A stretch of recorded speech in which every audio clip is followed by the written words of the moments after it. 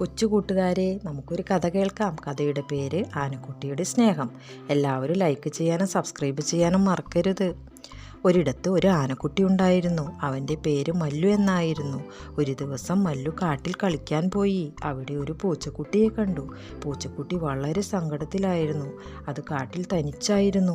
മല്ലു പൂച്ചക്കുട്ടിയോട് ചോദിച്ചു, എന്താണ് നിന്റെ പ്രശ്നം? എന്തിനാണ് സങ്കടം? പൂച്ചക്കുട്ടി പറഞ്ഞു, എനിക്ക് എൻ്റെ വീട് കണ്ടുപിടിക്കാൻ കഴിയുന്നില്ല. എൻ്റെ അമ്മ എന്നെ കാണാതെ വളരെ സങ്കടപ്പെടും. മല്ലു പറഞ്ഞു, സങ്കടപ്പെടേണ്ട, ഞാൻ നിന്നെ നിന്റെ വീട്ടിലെത്തിക്കാം. മല്ലു പൂച്ചക്കുട്ടിയെ അതിൻ്റെ വീട്ടിലെത്തിച്ചു. പൂച്ചക്കുട്ടിയുടെ അമ്മ വളരെയധികം സന്തോഷിച്ചു. മല്ലുവിനോട് അവർ നന്ദി പറഞ്ഞു. അതിനുശേഷം മല്ലു കാട്ടിൽ വീണ്ടും കളിക്കാൻ പോയി. അവിടെ ഒരു പക്ഷിയെ കണ്ടു. പക്ഷി പറഞ്ഞു, എൻ്റെ കൂട് കണ്ടുപിടിക്കാൻ കഴിയുന്നില്ല.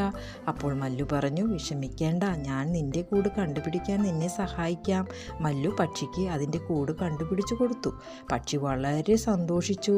മല്ലുവിനോട് നന്ദി പറഞ്ഞു. അതിനുശേഷം കാട്ടിലെ എല്ലാ മൃഗങ്ങൾക്കും മല്ലുവിനെ കൂടുതൽ ഇഷ്ടമായി.